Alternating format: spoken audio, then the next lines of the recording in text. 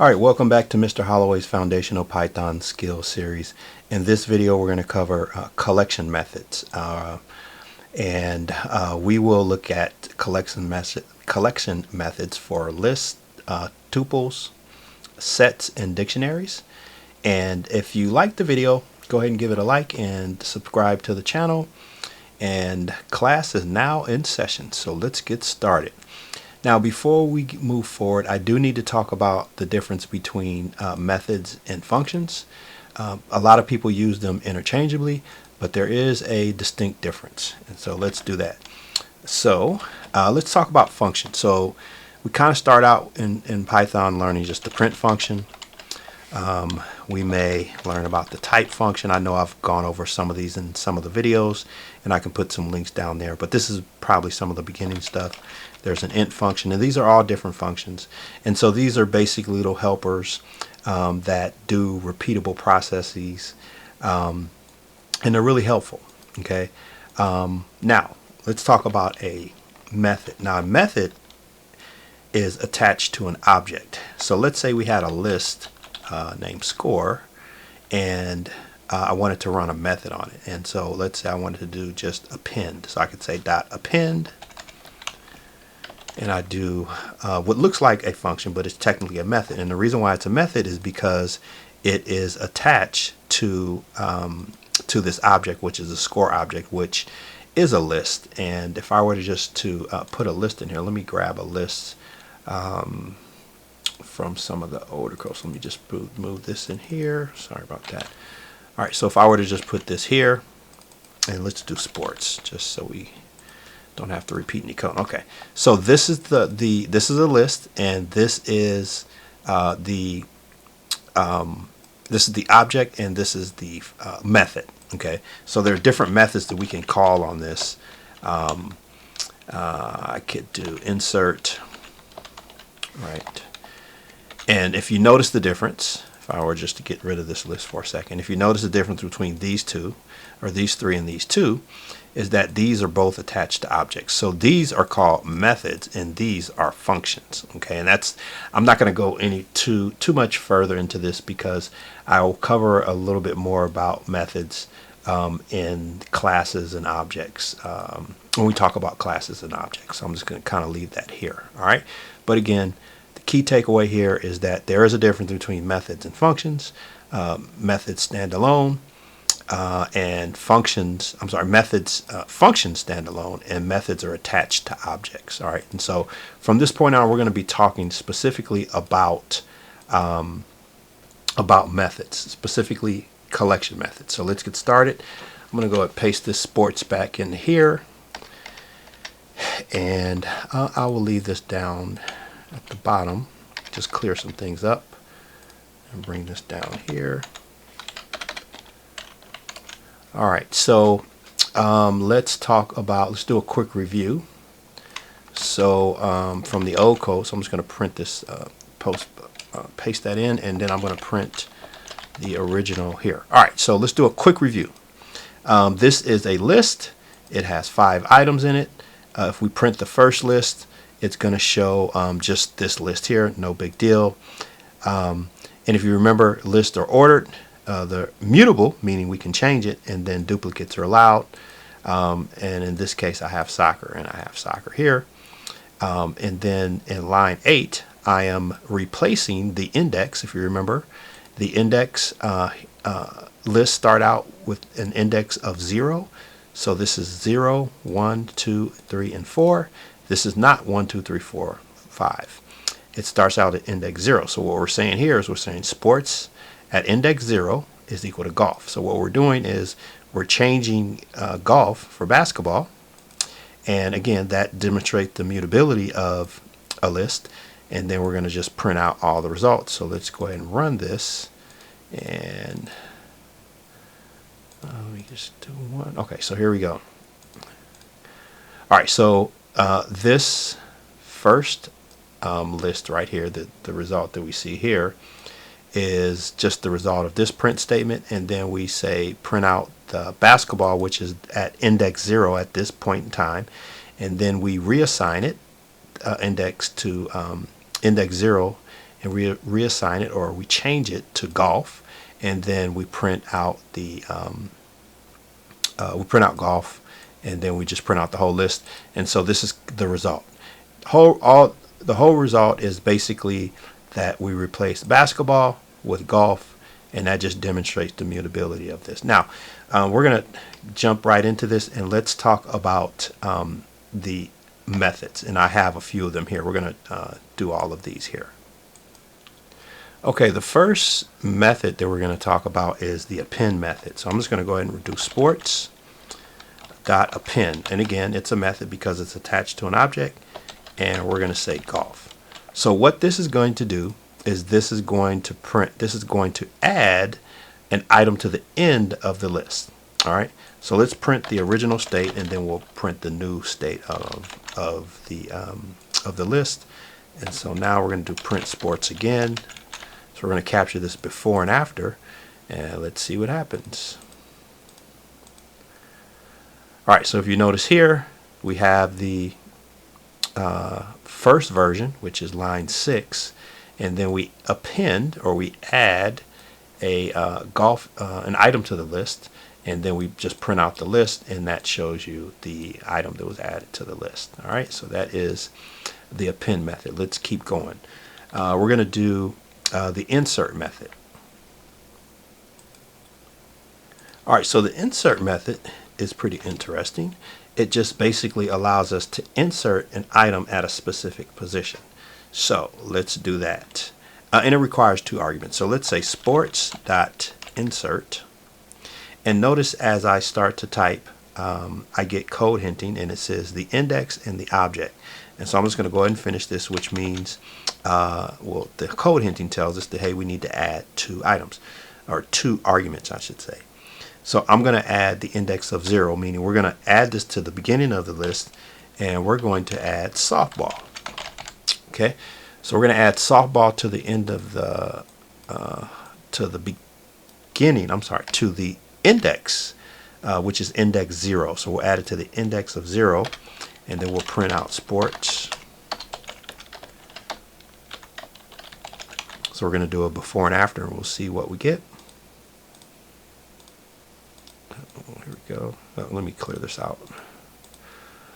All right, so if you notice here, we're able to add softball at index 0, and that's what was replaced.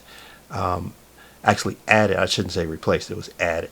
Okay, so let's say we wanted to add another softball at, let's say, index 1, 2, 3. So let's add it at index 3. So we're going to change it to index 3 in this case here. All right, and we will run, and notice we get softball at 0, 1, 2, 3. This is index 3. All right, so that is the insert method. The clear method does exactly what it says. It's very easy. We're going to say .clear, and so again we'll capture the before and after, and let's see what happens. And so now when we run the clear method on the sports list, it basically empties it out. All right, and let's keep going. Now we're going to move on to the sort method. All right, so in this case, the sort does exactly what you would think it does. It's going to sort it out in alphabetical order. And so let me just move basketball just to kind of demonstrate here. I'm going to move it to here, just really put it out of order. And let me put my comma there.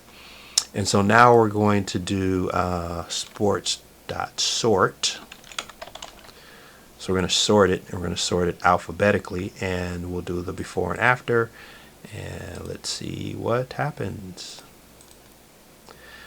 Here it's just in any old order, and then the sort method sorts everything out. Okay. Now one of the other things we could do with sort is that we could add a parameter in here of reverse equals true. And what that is going to do is that's going to reverse the order. So let's run this. I got equals. Okay. So let's run this and look at the difference. All right, so if you notice here, now it's going from in descending order. So we have volleyball, soccer, football, and basketball. And so that is the sort method. All right, so we're going to move on to tuples, and we're going to look at some of the tuple methods. Now, the tuples do not have many methods simply because they are immutable. All right, so we're going to go ahead and let's comment this stuff out. Let me just grab this. And I'm going to move this down into here, into the comments. And then let's go ahead and grab I'm going to grab this list and just turn it into a tuple. So I'm just going to take this square bracket, change it to a square bracket, and now we actually have a tuple. And let's just make sure. So we're going to do print type, and again we're going to run the type function. And so we're going to run this, and it should tell us the type just to make sure we have a tuple. And boom, there it is. All right, so we're good to go with that. Now, again, with tuples, does not have many methods. It specifically has count and index. All right, so we're going to go over those.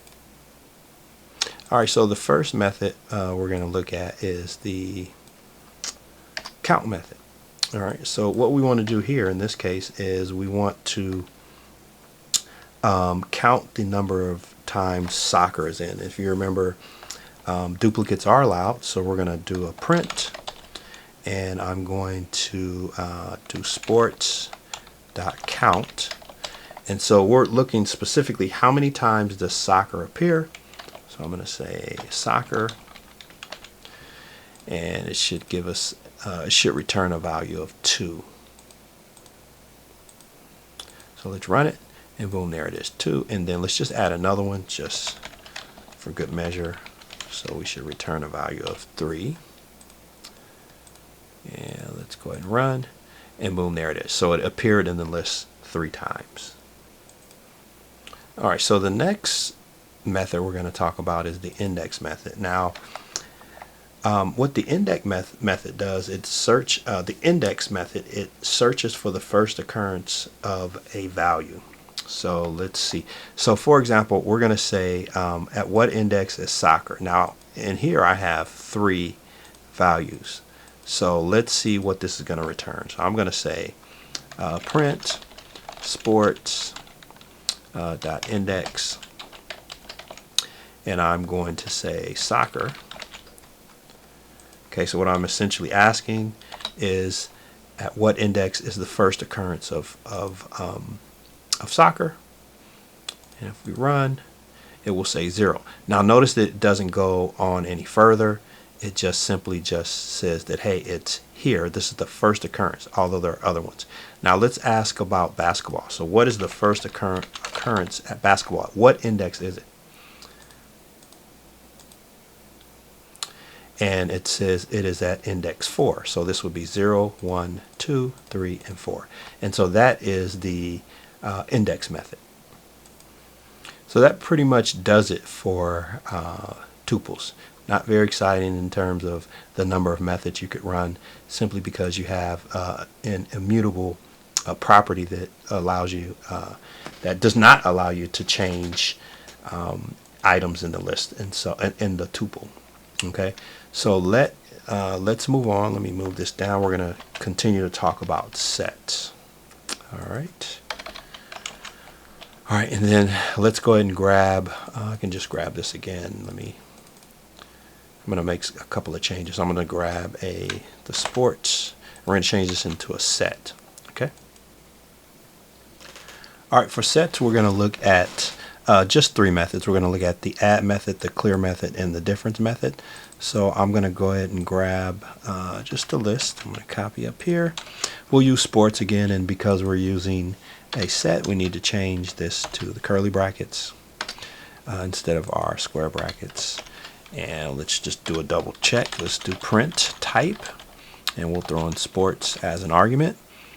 And we'll just double check to make sure that we have a set, and boom, there we have it. We have a set. All right, so we can now move forward with the set methods. And so let's talk about the sets. So remember, sets are unordered. they're mutable, but there are no duplicates allowed. And then if you notice here, we have a duplicate with soccer. Let's see what happens when we print. We're going to print this and see what happens with the list, because we do have it in there, but it's not allowed. So we're going to just go ahead and print this out. And let's see. And notice it only prints soccer once. And it's unordered. If you notice here, we have volleyball and soccer. But again, we have soccer, football, and volleyball. And so that is the unordered property of a set. All right, now let's move on and let's talk about the add method. So in this case, we're going to do sports. We're going to add something here. We're going to say dot add, and as an argument, we're going to put in golf. All right, very simple. We're just adding to the set, and then we're going to print. Sports here. Let me do sports before. So we'll do a before and after, and we'll do sports here, and let's go ahead and print. And so if you notice here, we have the set in its original state, and then we add an item, and then we print out the set here with golf. Boom, very easy. We're just adding an item, and actually just an item to the list. All right, let's keep going. So let's do clear, and so in this case we're just going to do a clear. It pretty much works the same way as in a list. We're just going to clear it, and so we're going to print the original state, and then we'll print the state after it's been altered or cleared. And when we run it, now we just have the set, which is just pretty much a cleared set. All right, now the last method we're going to talk about is the difference, and so let's go ahead and do the difference method. All right, so we don't need this one for this example. So I'm going to say sports dot difference. Okay, and what the difference method does, it basically looks at one set and determines what items exist in one set versus another set. So for actually, you know what, we gotta do something real quick. So let me just put that there as a placeholder, and we're gonna put together another list. I'm gonna copy this, and I'm gonna say sports 2, and I'm gonna do it in the Python suggested Python style of variables with the underscore. So we'll do sports 2, and then we'll add golf, and we'll add softball. Okay, so basically what we're doing is we're going to find out the difference between this. So basically what exists in here that doesn't exist here. All right, so I'm going to put in sports 2, and let's see what we get. Actually, you know what, let's go ahead and let's print that out like that. So I'll put a print around it. All right, so what we're doing is we're putting in as an argument, we're going to put sports dot difference, and we're going to say what is the difference between these two. And let's run it. And so in this case, we have football. So football exists in this list, but does not exist in this list. So this list does have soccer. We're not worried about this one because this is we want the difference of what's in this list. So the difference is that this list does not have football. So sports 2 does not have football. It has volleyball, it has soccer, it has basketball, but it does not have football. And for good measure, let's just add another item here. Let's add tennis. All right, let's run this again and see what we get. And again, tennis is not in this list. Okay, so again, the set method, in sets, the difference method just returns a set that contains the items that don't exist in one set. Or better yet, the items that exist here that don't exist here in sports 2. Okay, the final set of methods we're going to look at are the dictionary methods. So let me go ahead and clean this up. Go ahead and copy that, and I'll put everything in the multi-line comment for you guys so you can still see it, and then we'll address the dictionary methods. Okay. All right, so that looks clean. And all right, so we're going to look at the keys method, the values method, the get, and the clear. Some of them are very similar to what we've discussed before, but let me bring in I want to paste in a dictionary. So in this dictionary we have basically 1, 2, 3, 4, 5. So we have 5 key pair values, and in this value we actually have a list. Okay, so this is it. So let's start using some of these methods. So the first one we want to do is the keys method. So I'm going to say print books dot keys, and let's see what that yields. All right, so we have print books dot keys. Now the books is an object, and this is a method. So this is why we call it a method and not a function. All right, so we're going to run it, and you notice the result is that we get the title, author, published, republished, and dates, and that's basically all the keys. So it's pretty self-explanatory. The keys methods, the key method returns all the keys, and you can assume that the values are going to return the values. So let's do book dot should be books dot values, and open and close my parentheses, and then we're going to go ahead and print this one, and it gets the values. So these methods allow you to get either the keys or the values. And then let's do the get. Okay, so I'm going to do a print, and I'll do books dot get. Okay, so now the get method requires an argument. So we're saying, hey, we want to get something, and so let's do a title. So we want to get the title, and let's see what that returns. All right,